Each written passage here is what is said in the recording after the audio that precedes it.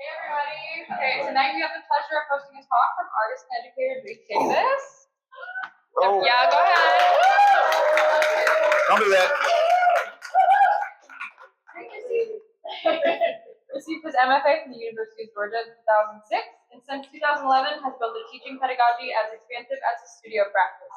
He spans conceptual art and design, mixed media assemblage, soft sculpture, installation, and photography, alongside professional development for the next generation of working artists. Since 2018, he has served as a full-time faculty member at Grambling State University, where he heads the Department of Art. What's striking about Drake's practice is how expansive it is whatever feeling scattered. Scattered across more than a decade of materials and methods, he uses the same symbols and themes, giving his work a strong, recognizable identity. We were honored to be able to work with Drake on this exhibition, and I hope you'll join us in welcoming him tonight.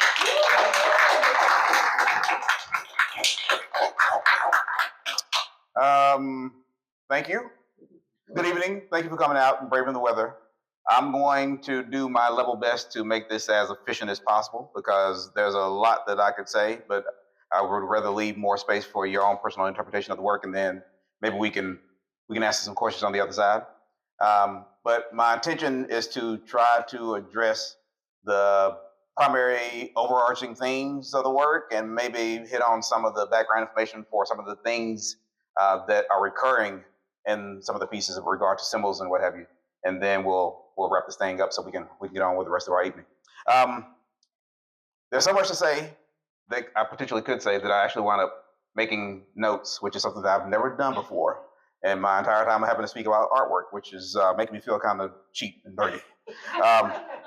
But I think this is going to keep us all safe, right? So one of the first questions and one of the first things to address, of course, is the title of the show. As mentioned in the artist statement, the title of the show is Trismegistus in the Garden. And somewhere in the mid-2000s, I was introduced to this artist by the name of Zane Rudolfo, who's an Afro-Brazilian vibraphonist. If you haven't heard of him, you should check him out. It's great music. But on this album, Pathways, there's a song called Trismegistus. And in short, Trismegistus is a supposition about this individual who is an alchemist, a master alchemist. But it's really assumed that Trismegistus is a combination of people who all embodied and investigated these ideas concerning alchemy, and that was the thing that resonated with me. The understanding that alchemy is something that is akin to the way to think about creativity and all the creative disciplines and aspects, and how we take things that are oftentimes non-traditional, sometimes heavy in various ways, sometimes painful, and make something positive and productive out of it. And so those are the ideas that were germinating in my head when Stephen, who is not here, but I should thank for laying the foundation for the possibility of this show happening, and Kate and Cassie and Dr. Pepper and Lindsay for making the work look great and being so generous and kind with their time with me. And looking at the title and the name Trismegistus, my brain kept misreading it as Trismegistus, which actually made perfect sense when I first saw it, because I thought, sad clown, sad magic, Pagliacci, Smokey Robinson and the Miracles. I had a whole thing going, right? And when I went back and actually slowed down to, do some actual reading, the thing that we always tell our students to do, so they take time and actually investigate stuff, I realized that I was wrong. So anyway, that's the background on the title of the show. And thinking about alchemy and the way that it functions and the way that we as creatives, transmute things. Familial relationships, work relationships, the ways that we find our identity through daily interactions and what have you, and what that looks like on the other side when you turn that into some sort of product. And so the primary themes of the works in this show are more or less divided into 4 groups, as identified by the galleries, which are also supplemented by the playlists that are associated with all the galleries. A Room for Living, Oral Fixation, Back to Life. What else? A Patriotic Patois, and the B-side. Thank you. So those are the things that I'm working with, trying to with a particular lens address the way that I have experienced the world and have recycled or cycled through some of these experiences and try to turn them into something tangible and substantive and positive. I might need to take my glasses off so I can see. In this gallery back here, you'll hear my grandmother's voice, one of my grandmother's voice, Dorothy. In the gold frame images are my grandparents, my paternal and maternal grandparents, Dorothy and Edward, and Emma and W.C. I included my grandmother's voice because she's one of my first art educators. She, along with my great aunt Doris, were both very interested in sustainability, repurposing things, recycling. My great aunt Doris was a crafter, among other things, but she was a quilter who made these crazy footstools that recycled tin cans, and she would put the batting inside among other things that she did. My grandmother was an avid reader and gardener, which is why you see the monstera leaf in certain pieces, because that is a reference to her. She actually grew elephant ears, but I can't grow an elephant ear, and I don't have one anywhere to reference. So those are things that are linked me back to family. Familial relationships, political, spiritual, sociological ideologies as they manifest in our daily existences are things that I'm more or less wrestling with in all of this work. One of the other things that you'll see referenced in the doors, in particular in some of the other pieces, are elements of the Congo cosmogram, which is an illustration of the birth and life cycle, but also the seasons and also the elements of the earth, right?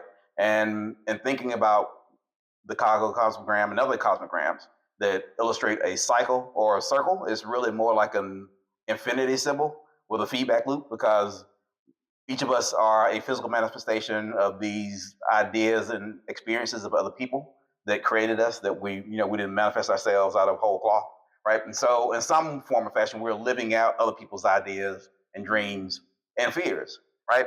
And those things are informative in the way that we move through the world, because you're constantly responding to that stimuli, whether or not it's something that is present in your daily existence and at the fore of your mind or not, right? And so those are some of the other things that I'm dealing with or trying to deal with in the work. The silhouette that is present in a lot of the work is, I don't know, can you hold it up? That piece up there, the laminated piece. Yeah, that's it. So there's a young child, a young girl in the far right corner of that image. And that is a page from Rap Pages magazine, which was a prominent publication in the 1990s, in the early 2000s. That particular issue featured a photojournalistic spread from Jamaica, and those are school kids out on the street. I saw that image in the magazine when I was downtown one day, and wound up taking it back to campus, to the copy services, and had some clandestine copies made, had enlarged, redrew the image, and wound up using it as part of the foundation for my undergraduate installation. And that subsequently, of course, became the silhouette that you see represented and repeated in the buttons and everything else that I do. Right? That's actually an image of a young girl, but it became a stand-in for both masculine and feminine figures. And after I expanded it and started adding crowns and other things, it took on a life of its own. Right? So that's where that comes from. The fan is something that I came to after undergrad, while I was working as an educational counselor for the TRIO program, which is a part of Outward Bound. So the short version of the story is that I was presenting a lesson on Emmett Till. One of the students said, yes, I know him. I heard about him in a Kanye West song. And I was thinking, why are you learning history from music and not from class? This is like in the late 1990s, early 2000s. And that started me thinking about the ways in which we receive information and how we prioritize who we receive information from. And so it set up a conversation in my mind about thinking about how we delineate between pop cultural figures and socio-political figures. And I was trying to think of who I could use as a stand-in for those different sides of the fence, right? So the initial fans featured images of Martin Luther King and Malcolm X on it, and the other fan featured an image of Notorious Big and Tupac on it, both playing on the idea of the way the relationships work and the dichotomy between friends and enemies, and also how those relationships can be inverted over time, right? And so after that, I thought, I like this fan thing because it's not a square, it's not a rectangle, it's not one of those traditional shapes that we're taught you have to use. And being a Southerner, it also had the additional resonance of being connected with the church, but also with commerce, right? That the fan is something that you use to cool yourself and also used in acts of devotion and supplication. But on the backside, there's an ad for a mortuary or insurance, company, right? And so those are some things that resonated with me about using other materials as teaching tools because for some reason, even before moving into the classroom, I've always thought about the possibility of using art as a method of instruction, right? And so the fan or the shape of the fan, also depending upon the scale that you execute it at, can also feel like a handheld mirror, right? Which is where the pieces on the far side of this wall here come from, right?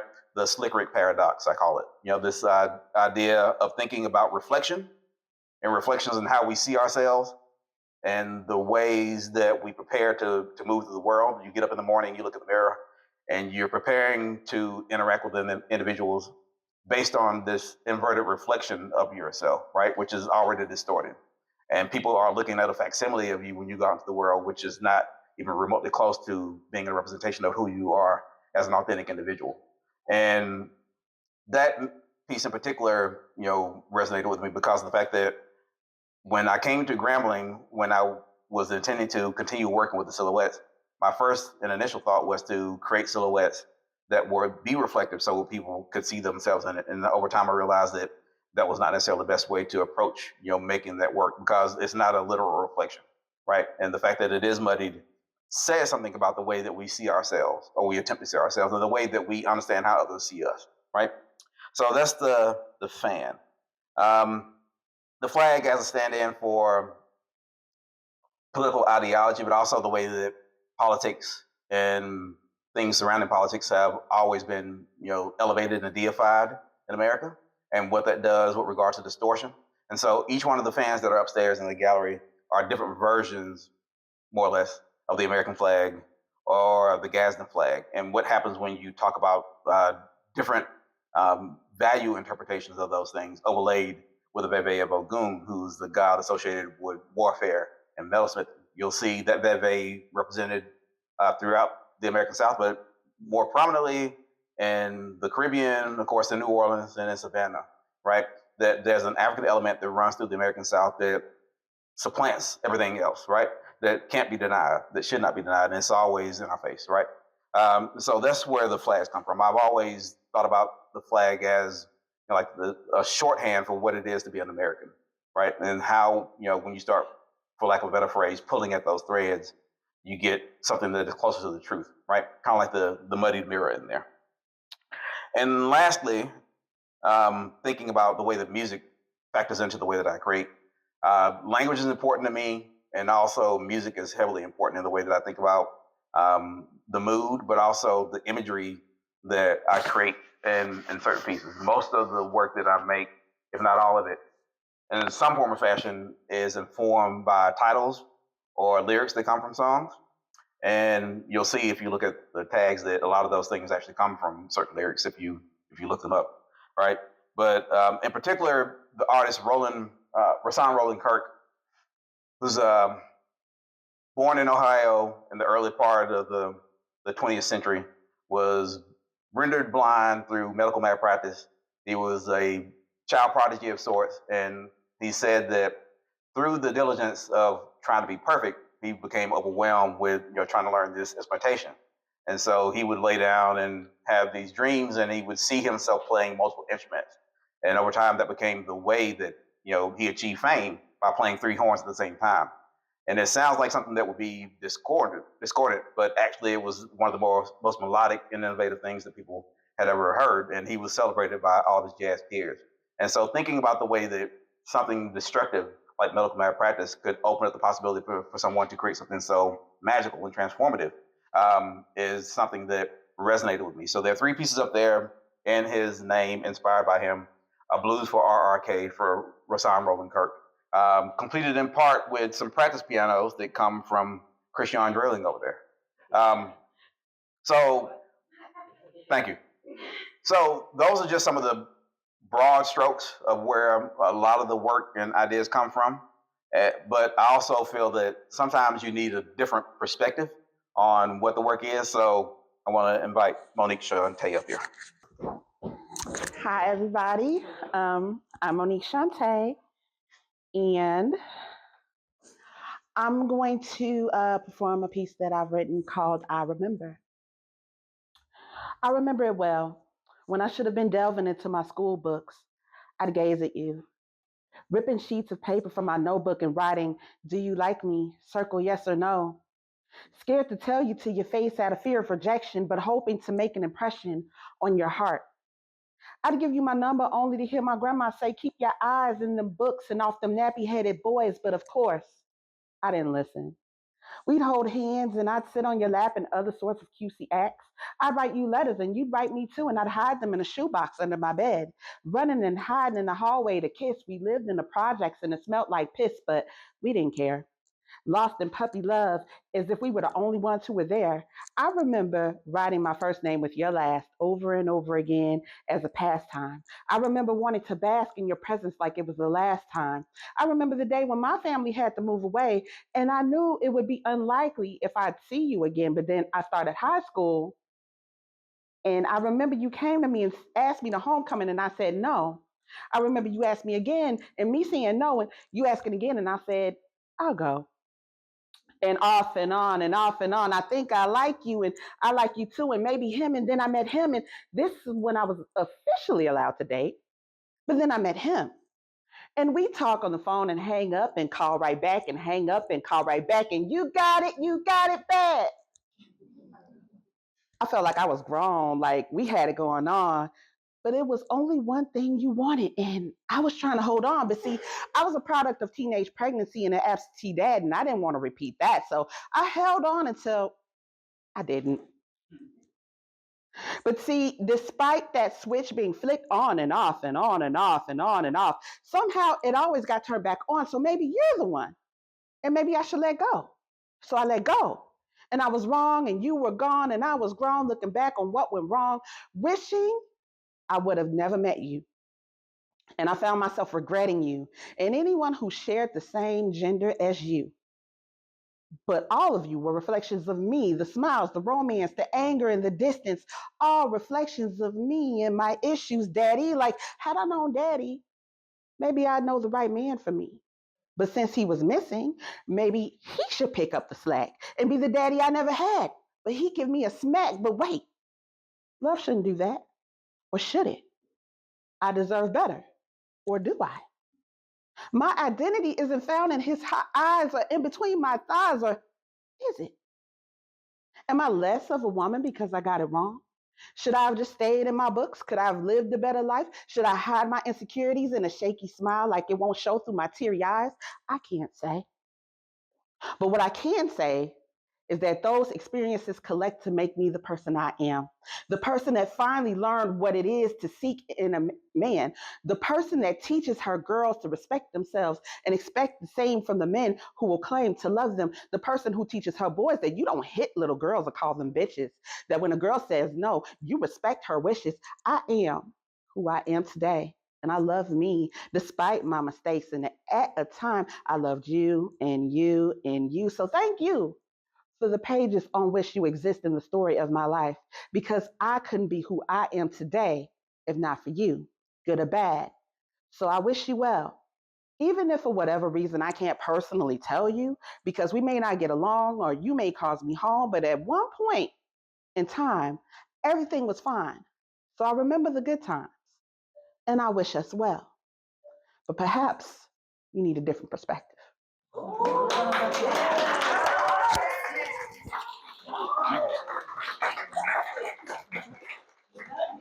I like that. Next, I want to call up Miss Jamie Mays.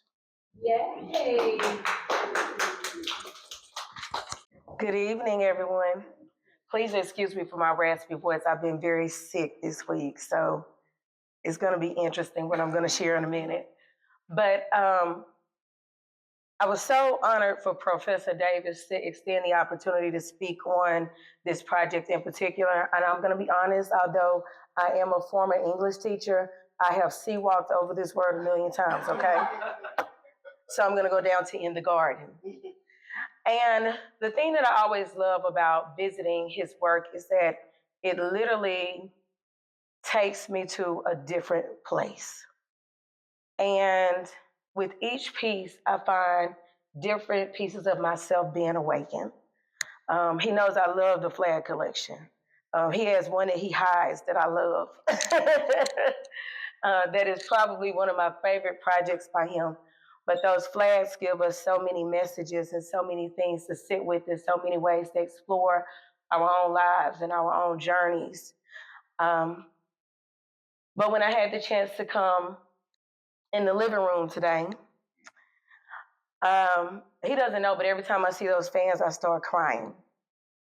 Because I don't know if it's the image of the person with the crown and what that does to revive the spirit, or just the way that it takes me back to growing up in my small country church in DeRidder and the restoration of that healing and that identity. But it takes you on a journey. And if you're from the South in particular, even if you classify as non-religious now, you will feel a sense of religious connection when you look at that masterpiece. It was my first time today seeing the artwork of his grandparents. And he made me think about the work that I released last year. And I told him I was going to make reference to my book, Odes to Black Women, where I wrote several pieces about grandmothers and just how important they are to our stories and our identities. And so when you look at that wall, I think it's important for all of us to see how our stories also fit into that artwork. How do our grandparents play a role in who we have become? And how do they help us forge this path of identity for what legacy we plan to leave? And so I'm not going to take up much time because I'll get excited and I'll talk a lot. I think art is the language of poets in visual form. And so when I look at really beautiful pieces, whether sometimes I hear songs playing, sometimes I just get a burst of words, and they may not always come in poetic lines. They may just sometimes be the words of descriptions. It may be similes, it may be metaphors. But art and spoken word and writing, all of them work together. And so after I went to this room, initially I said I wouldn't read, I would just speak. But once I saw the fans, I definitely wanted to share my piece, The Black Church, because I felt that I could not leave without sharing the feelings that awakened in me as I just took time to soak up the beauty of that work and the emotions that they bring about for us. I remember the moment I felt the cold splash of water, the transformation from God's child to child of God, the interconnectedness I felt with Christ, the yearning I had to live in his light. The flash before me was more than I ever imagined, and the journey I'd take was fueled by Christ's passion. I saw my elders working from dusk till dawn, weighing the cotton, counting the corn, churning the milk to butter, baling the hay, backs bent down toward the ground, straw-brimmed hats toward the sky. Psalms 23 on their lips and Isaiah 26:3 in their hearts. I heard voices wailing and singing toward God, holding on to the dream of what was to come. Wade in the waters, wade in the water, children, wade in the waters. God's gonna trouble the waters. There were many things they knew only God could do. Many waters they knew only God could bring them through. Despite the whips and chains, aches and pains, our people always found a reason to praise God. The fields were supposed to work them to death. The Bible was used as a weapon to silence their voices. But the church was a healing place where unity gave strength to the weary, and healing words resurrected the spiritually dead. From the praises, promises of grace, to declarations of praise Almighty, the Black church has been the cornerstone of Black survival. When the church left the fields, it stood shoulder to shoulder on the front line. It passed polling tests, pulled voting levers, and integrated schools. The church held mourning mothers, and its walls echoed the clap response of devotions sang by hurting fathers. I love the Lord, he heard my cry.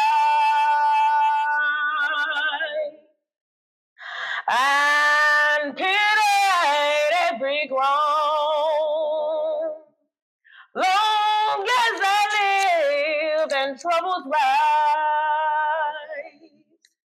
I'll haste unto his throne. The Black church trained our children to be the next leaders and gave them a platform to speak before there was ever a thing called the internet. Because the Black church has always had a hopeful voice. The church gave faith to those who saw no future. Prayer positioned so many to stand boldly when they felt weak. So many times, the Black church stood while everything seemed to be failing. Even with our buildings bombed and burned, crosses ablaze in our front yards, and the bodies of our babies swinging from trees, the Black church still believed. From the serenades of Mahalia to the homages of Pastor Shirley Caesar, from the pulpit proclamations of Dr. King to the mind-shifting messages of Pastor Mike Jr., from the stomps of Kirk Franklin to the David dances of Fred Hammond, from tent revivals to homecoming picnics, from tiny wooden shacks that echo the stomp clap rhythm of country churches to mega church sanctuaries with mega orchestras string chording melodies from heaven, worship has always had an invaluable worth in the Black church. As I come up from the water, I feel freshly renewed, spiritually rejuvenated, culturally freed, closer to Christ than ever, seeing Jesus both inside and outside of me. And the Black church knows that we are only bound by the blood, truly free by the Spirit, an inheritor of God's favor, saved by grace. I remember that though many days were overshadowed by darkness, God has always been a marvelous light. As times have changed, so has the energy, the movement, the work, and the necessity of the Black church. And that is reason enough for us all to rejoice. Take me to the water.